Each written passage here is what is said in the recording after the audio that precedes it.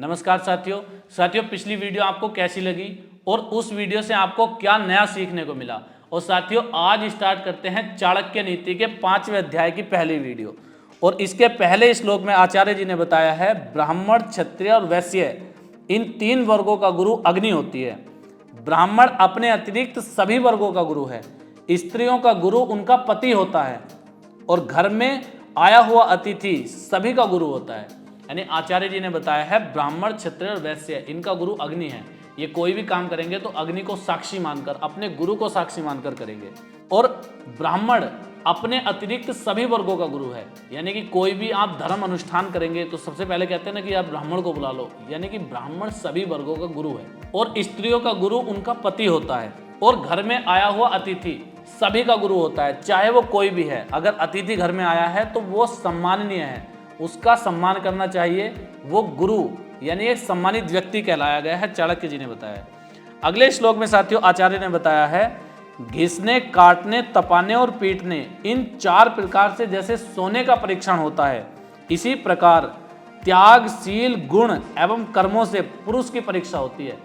जैसे सोने को तपाकर, काटकर, जलाकर इस तरह परीक्षण किया जाता है ना कि असली है या नकली है, ठीक उसी प्रकार त्याग, शीलता, गुण एवं कर्मों को देखकर इंसान का पता चलता है कि अच्छा इंसान है या बुरा इंसान है। कई बार लोग कहते हैं वो बहुत अच्छा है या वो बहुत बुरा है, तो वो इसी आधार पर उसका परीक्षण किया जाता है। अगर अच्छे से परीक्षण किया जाए तो इस आधार से परीक्षण करने के बाद पता चलता है इंसान अच्छा है या बुरा है। अगले श्लोक में साथियों आचार्य ने बताया है आपत्तियों और संकट से तभी तक डरना चाहिए जब तक वे दूर हैं, परंतु वह संकट सिर पर आ जाए तो उस पर शंका रहित होकर प्रहार करना चाहिए, उन्हें दूर करने का उपाय करना चाहिए।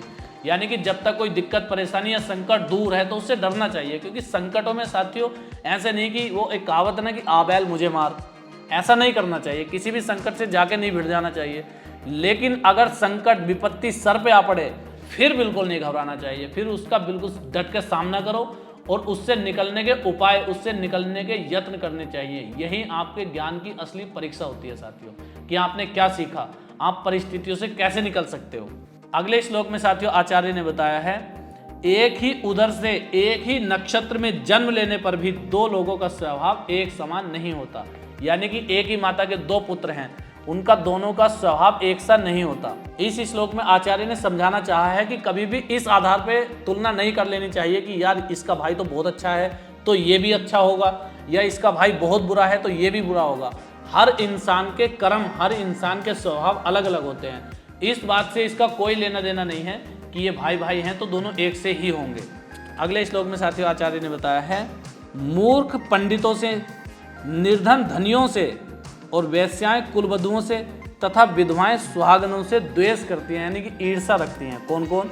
मूर्ख जो होता है वो विद्वान से यानी कि पंडितों से, जो गुणवान हो उनसे द्वेष रखेगा, उनसे चिढ़ेगा, उनकी बुराई करता घूमेगा, अरे यार ये तो ऐसे हैं, ये वैसे हैं। और निर्धन धनियों से, जो निर्धन होते हैं वो धनी, जो अमीर आदमी है उनकी बुराई करेंगे, बोलेंगे अरे यार ये ऐसे हैं और लूट खसोट के अमीर बन गए, इस तरह हो गए, ऐसा करते हैं साथियों।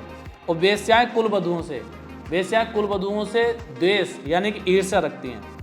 अगले श्लोक में साथियों आचार्य ने बताया है आलस्य से विद्या नष्ट हो जाती है, दूसरे के हाथ में जाने पर धन नष्ट हो जाता है, कम बीज से खेत तथा बिना सेनापति वाली सेना नष्ट हो जाती है। आलस्य से विद्या नष्ट हो जाती है। अगर विद्या का बार बार आप अध्ययन नहीं करोगे, उसका रिवीजन नहीं करोगे तो विद्या नष्ट हो जाएगी। ऐसे ही दूसरे के हाथ में चला जाने पर धन नष्ट हो जाता है। अगर धन संपत्ति दूसरे के हाथ में चली गई तो संभावनाएं बहुत कम होती हैं कि वो वापस लौट के आ जाए, नष्ट हो जाता है वो। और कम बीज डालने पर खेत नष्ट हो जाता है। अगर खेत में बीज पर्याप्त नहीं डला तो खेत नष्ट हो जाएगा। और अगर किसी सेना का सेनापति नहीं है तो वो सेना नष्ट हो जाती है। अगले श्लोक में साथियों आचार्य ने बताया है अभ्यास से विद्या का, शील स्वभाव से कुल का, गुणों से श्रेष्ठता का तथा आंखों से क्रोध का पता चलता है। कहते हैं साथियों अभ्यास से यानी निरंतर अभ्यास से विद्या का पता चलता है। और आचार्य ने साथियों आपने ध्यान दिया होगा निरंतर अभ्यास को, रिवीजन पे बहुत जोर दिया है। अगर विद्या आपके पास है तो रिवीजन ही एकमात्र उपाय है जो उसे आपके पास बांधे रख सकती है। और शील स्वभाव से कुल का पता चलता है। अगर किसी की शीलता देखेंगे, उसकी शांत स्वभाव देखेंगे तो पता चल जाएगा किस कुल का व्यक्ति है, ये बहुत अच्छे कुल का व्यक्ति है, इस तरह लोग पता लगा लेते हैं। गुणों से श्रेष्ठता का पता चलता है कि अगर किसी के अच्छे गुण है तो पता चलेगा कि कितना श्रेष्ठ व्यक्ति है। आंखों से क्रोध का पता चल जाता है साथियों। कई बार आपने देखा होगा कि उसकी आंखों में खून उतर आया, आंखों से खून बरस रहा था, तो क्रोध का पता चल जाता है कितना क्रोध है आंखों से। अगले श्लोक में साथियों आचार्य जी ने बताया है, धन से कर्म की, योग से विद्या की, मृदुता से राजा की तथा अच्छी स्त्री से घर की रक्षा होती है। इसका अर्थ है साथियों, धन से कर्म की, अगर आपके पास धन है तो आपके कर्म की रक्षा होती रहेगी। आप जैसा कर्म करना चाहते हो वैसा कर सकते हो अगर आपके पास धन है।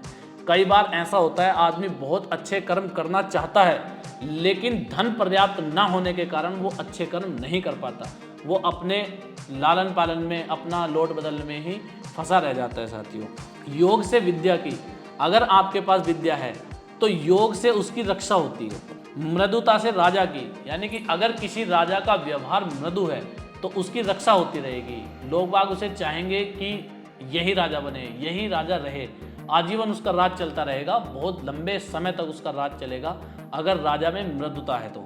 और स्त्री से घर की रक्षा होती है, अगर स्त्री बहुत अच्छी है तो घर की रक्षा होती है। साथियों कहते हैं कि मनुष्य चाहे कितना भी कमा ले, घर को संभालना और घर को आगे बढ़ाने की जिम्मेदारी स्त्री की होती है। आदमी बाहर कमाता है और घर को स्त्री संभालती है, और ये परम सत्य है साथियों। अगले श्लोक में बताया गया है, यदि कोई वेदों, शास्त्रों, बुद्धिमान, सदाचारी तथा शांत व्यक्ति की बुराई करता है तो वह मूर्ख है। ऐसा करने से इनका महत्व कम नहीं होता।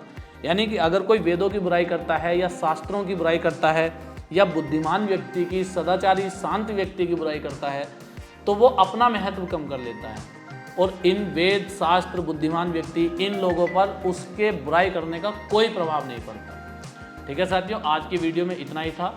ये वीडियो आपको कैसी लगी बताना और अपना प्यार बनाए रखना।